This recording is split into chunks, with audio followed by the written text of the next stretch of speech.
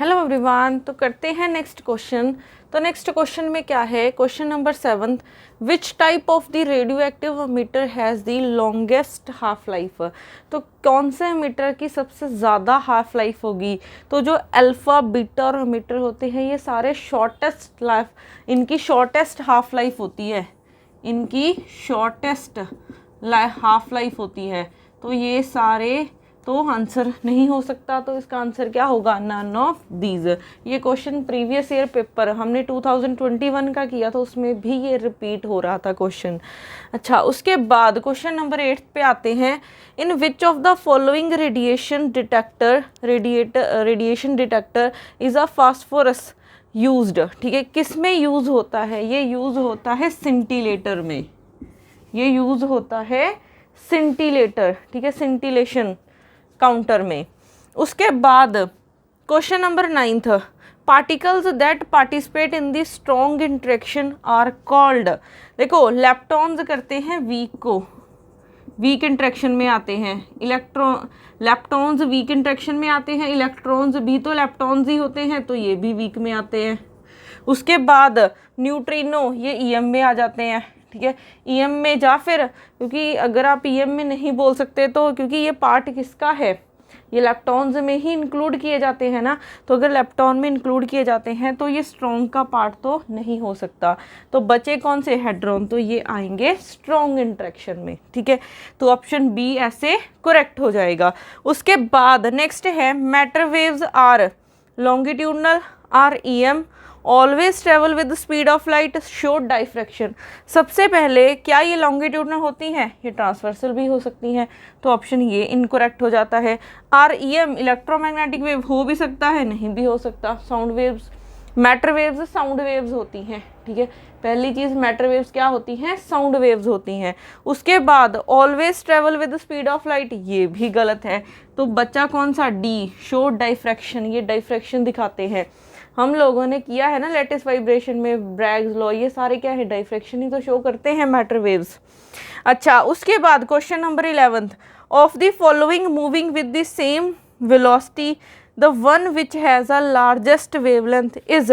Electron की सबसे ज़्यादा वेवलेंथ होती है, इलेक्ट्रॉन की सबसे ज़्यादा वेवलेंथ होगी, ठीक है। क्यों वेवलेंथ सबसे ज़्यादा होगी, क्योंकि इसका मास कम होता है, क्योंकि इसका मास कम होता है।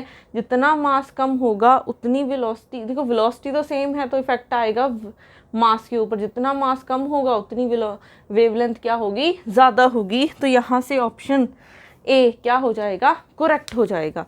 उसके बाद लिखते हैं नेक्स्ट क्वेश्चन 12।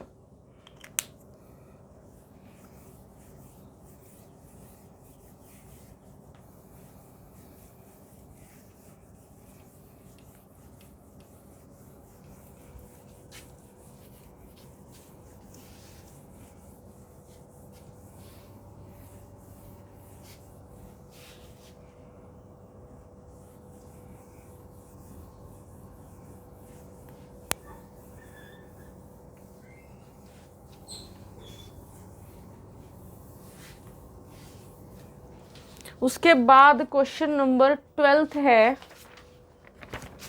12th क्वेश्चन क्या है, द अनसर्टेनिटी रिलेशन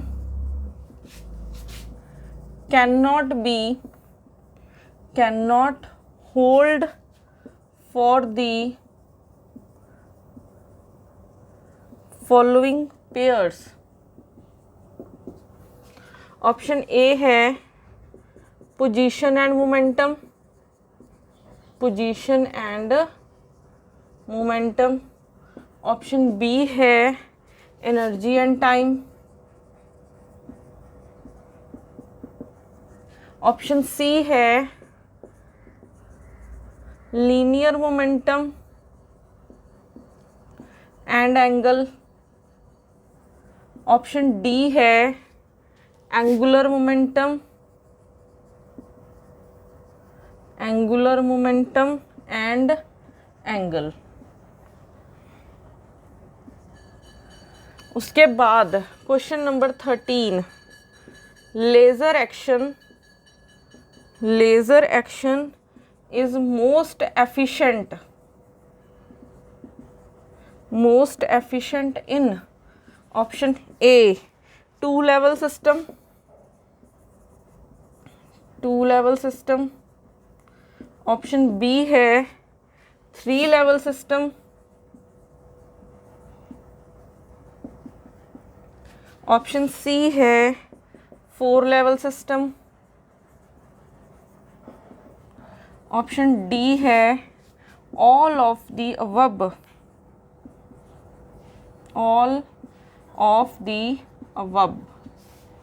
उसके बाद एक और क्वेश्चन लिख लेते हैं, question number 14। In helium neon laser the lasing transition takes place in option A है energy level of neon, option B है energy level of helium, option C है बोथ द अबव, और ऑप्शन D है none of the above. Question number 15। Most commonly used laser for precise measurement is option A है argon ion laser, option B है helium neon laser, option C है solid state laser, option D है die laser. तो अब यहाँ पे देखो, first 12th question है। तो 12th क्वेश्चन में क्या है, the uncertainty relation can not hold for the following pair. Position and momentum तो होते ही हैं, एनर्जी एंड टाइम का भी आपने रिलेशन देखा है, मीन्स डेल्टा एक्स और डेल्टा पी का भी देखा है रिलेशन, ठीक है, ये होता है डेल्टा ई और डेल्टा टाइम का भी देखा है आपने, ठीक है। एंगुलर मोमेंटम एंड एंगल का भी देखा है, एल और थीटा का भी रिलेशन देखा है। रिलेशन किसका नहीं देखा, लीनियर मोमेंटम एंड एंगल का रिलेशन नहीं फाइंड किया हमने। तो ऑप्शन सी क्या हो जाएगा, करेक्ट हो जाएगा। उसके बाद 13 क्वेश्चन क्या है, laser action is more efficient in, laser action more efficient होती है 4 लेवल सिस्टम में। तो ऑप्शन सी, ये तो डायरेक्ट क्वेश्चन आ रहे हैं कॉन्सेप्ट बेस, ठीक है, जो 2020 में पेपर आया हुआ था, बहुत इजी आया हुआ था, बहुत ज़्यादा इजी फिजिक्स का पोर्शन। अच्छा, उसके बाद क्वेश्चन नंबर 14 है, in helium neon laser the lasing action takes place. अब देखो हीलियम नियॉन लेज़र में क्या होता है, एक हीलियम के लेवल्स बने होते हैं, एक नियॉन के।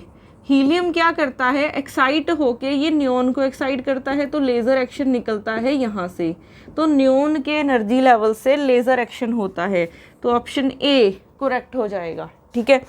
उसके बाद क्वेश्चन नंबर 15 क्या है, most commonly used laser for the precise measurement is, कौन सी होगी, सॉलिड स्टेट लेज़र, ठीक है। इसका आंसर क्या रहेगा, सॉलिड स्टेट लेज़र रहेगा, आर्गन लेज़र रहेगी, या फिर क्या रहने वाला है, इसका आंसर रहने वाला है हीलियम नियॉन लेज़र। ये जो इसके रिजल्ट होते हैं ना, बहुत ही ज़्यादा प्रिसाइज होते हैं, ठीक है। तो आज हमने कुछ क्वेश्चंस किए हैं जो मोस्टली लेज़र के ऊपर आए हुए थे, ठीक है। तो देखो कॉन्सेप्ट बेस्ड क्वेश्चंस आ रहे हैं, तो आपको कॉन्सेप्ट पढ़ने की ज़रूरत है अगर आप मास्टर कैडर, लेक्चर कैडर या फिर मेरिटोरियस के पेपर की प्रेपरेशन कर रहे हो, ठीक है। उसके बाद नेक्स्ट वीडियो में हम क्वेश्चन नंबर 16 से स्टार्ट करेंगे।